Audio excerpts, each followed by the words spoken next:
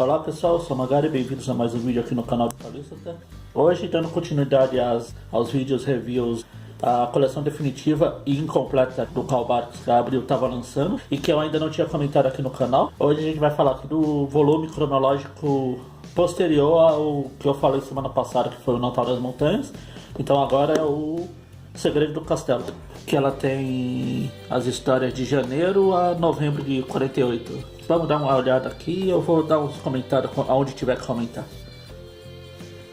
Aqui a capa, olhando do Segredo do Castelo, etc. Aqui, como eu comentei, a coleção estava sendo lançada fora de ordem cronológica, igual ela é lá nos Estados Unidos também.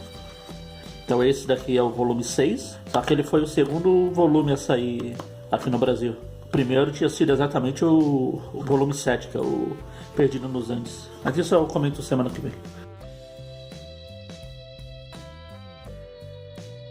Aqui as histórias, o título das histórias.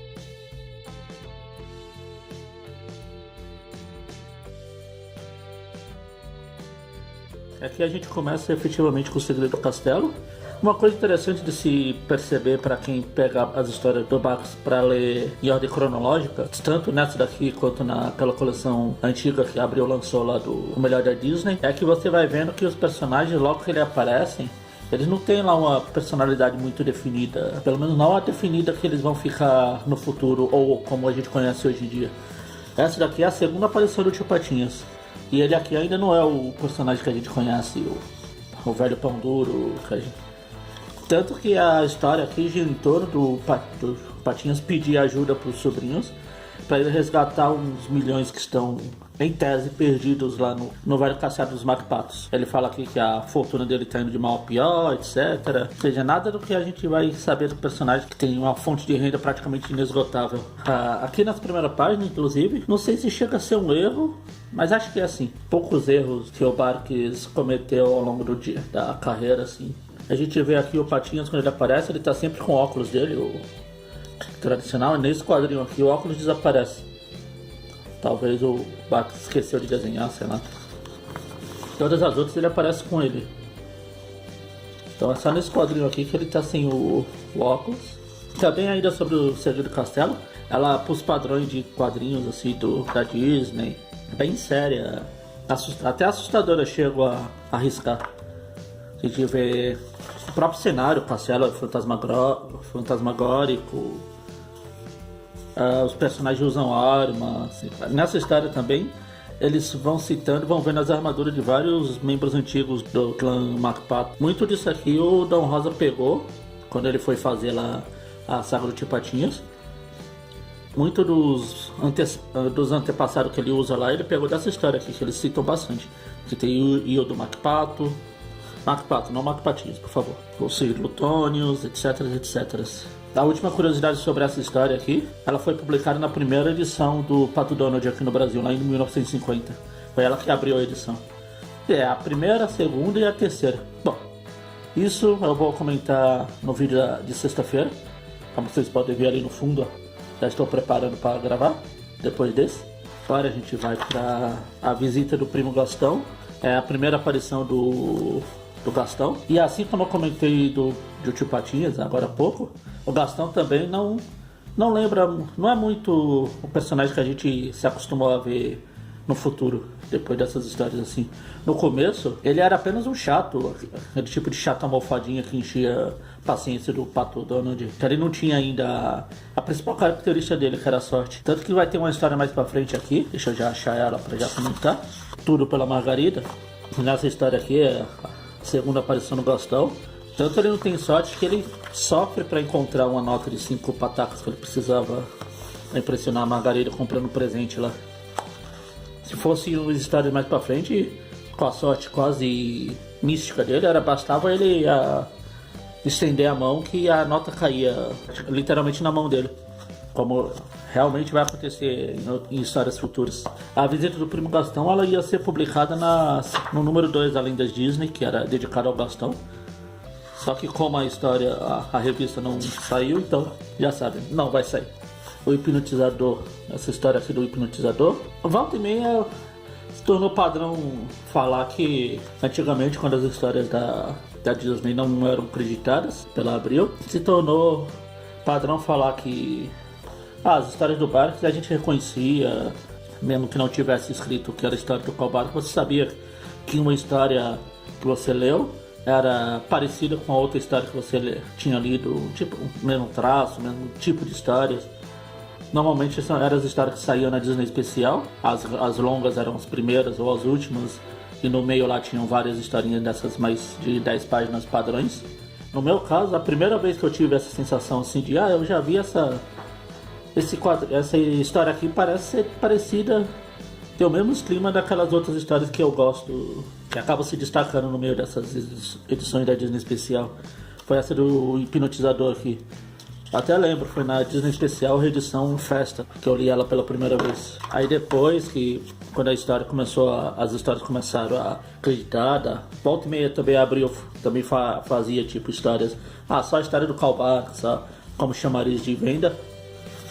Aí eu descobri que realmente essa história aqui era do mesmo autor das outras histórias que eu gostava, mesmo que eu não soubesse o nome dele. Coisa que acontecia normalmente até lá nos Estados Unidos antigamente, nessa época aqui, até alguém descobriu o Barks. E na corrida Fórmula Lua, o Barks ficou fazendo histórias dos patos mais ou menos de 46 até 66, mais ou menos 20 anos.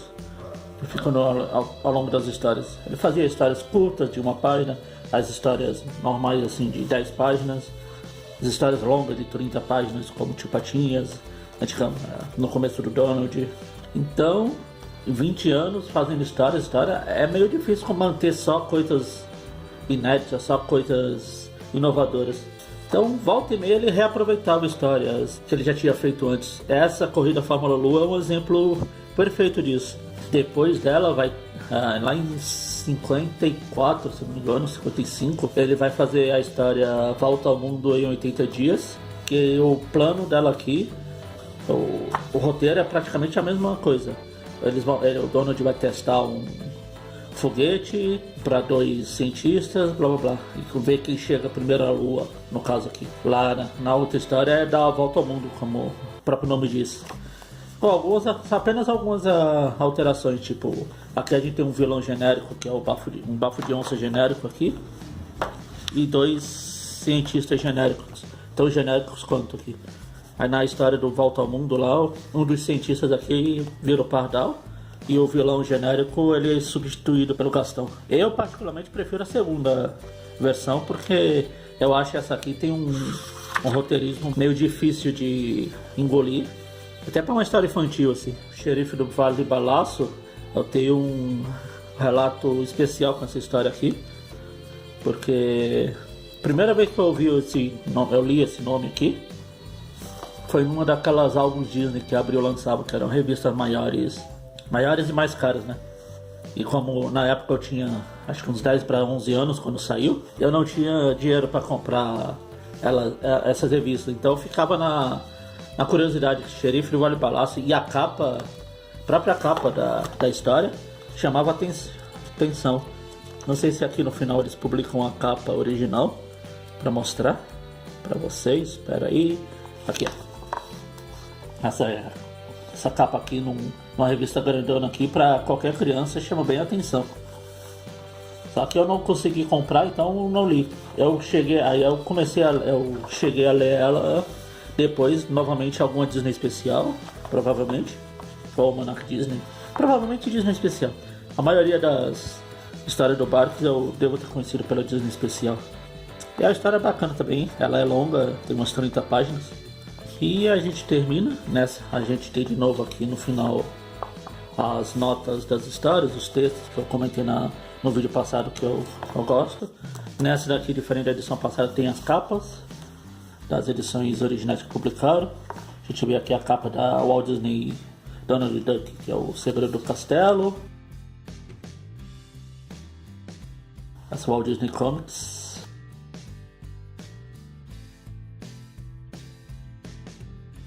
Donald Duck, o Xerife do Vale Balaço. Mais uma do Walt Disney Comics. E aqui uma mini biografia do Bugs. Enfim, é uma pena que a coleção não tenha ido pra frente, não tenha continuado. Mas para quem tiver a oportunidade de comprar, mesmo esses volumes que a Abril lançou aqui, elas valem muito a pena. São histórias boas, principalmente se você não leu várias das histórias. E acho que é isso. Sexta-feira eu vou lançar um outro vídeo lá falando, como prometido, os anos de ouro do Donald. E eu ainda vou comentar alguma coisa sobre o segredo do castelo. Então até o próximo vídeo. Se vocês gostaram, assine o canal, etc, etc. E muito mais, etc.